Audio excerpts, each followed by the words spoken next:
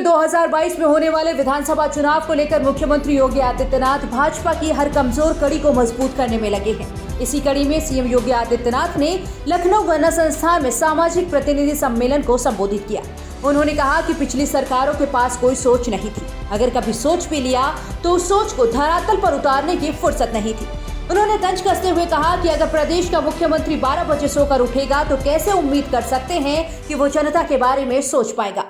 पिछली सरकारों के पास सोच थी नहीं, इस सोच को व्यवहारिक धरातल पर उतारने के लिए फुर्सत नहीं थी।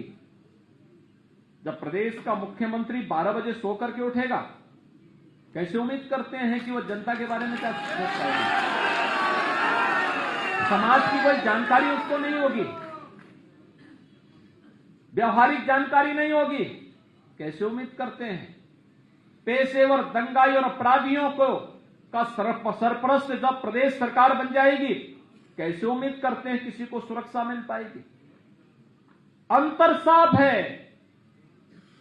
पहले 2017 के पहले जो सरकारें थी, कांग्रेस रही हो, सपा या बसपा, इनके लिए अपना परिवार ही प्रदेश था, सोच उससे बाहर थी ही नहीं।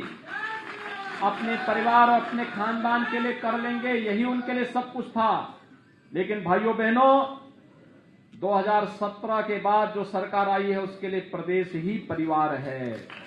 प्रदेश की 25 करोड़ जनता की सुरक्षा, उनके लिए व्यवस्था, उनका संरक्षण, ये टॉप प्रायोरिटी है। विपक्षी पार्टियों पर हमला बोलते हुए सीएम योगी आदित्यनाथ ने कहा कि कोरोना महामारी के वक्त सभी विपक्षी पार्टियां आइसोलेशन में थी, लेकिन जैसे ही चुनाव नजदीक आने लगे तो सब बाहर आ गए। भाइयों बहनों, आपने बदलते हुए भारत को भी देखा और बदलते हुए उत्तर प्रदेश को भी देखा है। प्रदेश वही है, तंत्र वही है, केवल सरकारें बदली हैं और सरकार बदलने के बाद कैसे व्यापक परिवर्तन लाया जा सकता है। कुछ चीजें हैं जो ओवरऑल सिनेरियो को चेंज करता है। आपने देखा होगा प्रदेश के अंदर 2016 तक प्रदेश के अंदर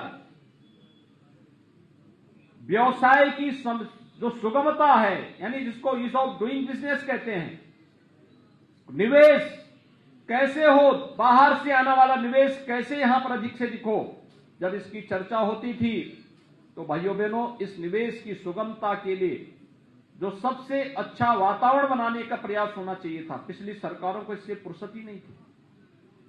उत्तर प्रदेश 14वें, 15वें, 16वें स्थान पर आता था। सीएम योगी ने कहा कि 2014 में केंद्र में भाजपा की सरकार आने के बाद देश को वैश्विक स्तर पर मजबूत पहचान मिली। 2014 से पहले चीन या पाकिस्तान भारत के अंदर अतिक्रमण करते तो उस समय सभी लोग मौन रहते, लेकिन 2014 के बाद आपने बदलते हुए भारत को देखा। भारत की पहचान न सिर्फ वैश्विक मंच पर बनी, बल्कि भारत दुनिया के एक ताकत के रूप में उभरा। हम सब जानते हैं 2014 के पहले देश के अंदर एक असंतोष का वातावरण था, अविश्वास का वातावरण था। रोज एक नया घोटाला लेकर के कांग्रेस नेतृत्व की सरकार देश के अंदर आती थी। दुनिया के अंदर भारत की छवि अत्यंत धूमिल हुई थी। भारत के नौजवानों के सामने पहचान का एक संकट खड़ा हुआ था और सुरक्षा का एक वातावरण था।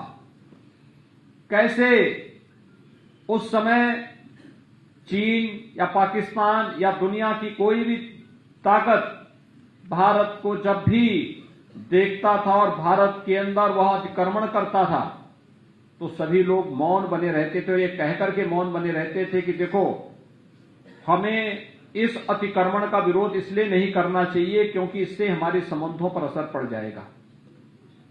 और आपने बदलते हुए भारत को देखा है 2014 के बाद। न केवल वैश्विक मंच पर भारत की अपनी एक नई पहचान बनी, बल्कि आज भारत अपनी परंपरागत पहचान को बनाए रखते हुए दुनिया की एक ताकत के रूप में उभरा है।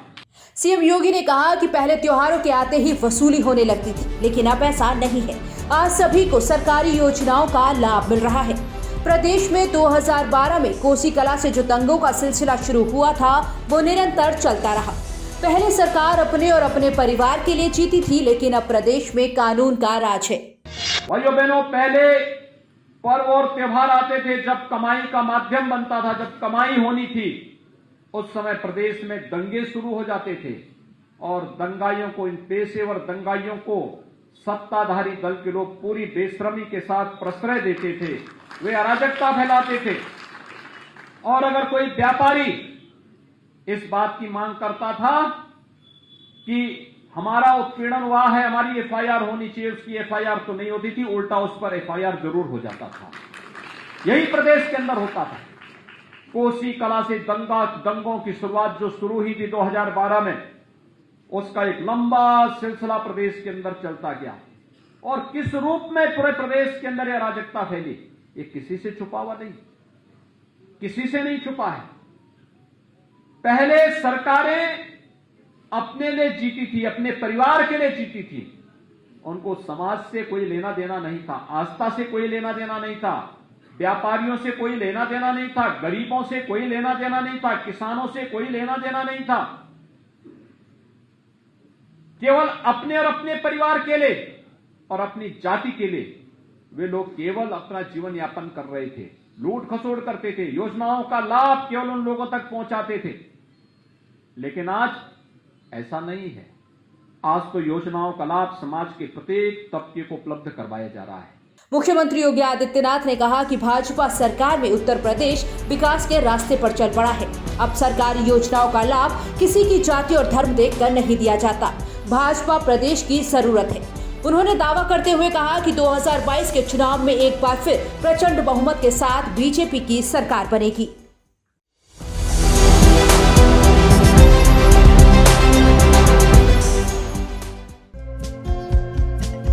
हमारे चैनल को लाइक, शेयर और सब्सक्राइब जरूर करें और नई अपडेट्स के लिए बेल आइकन दबाना ना भूलें।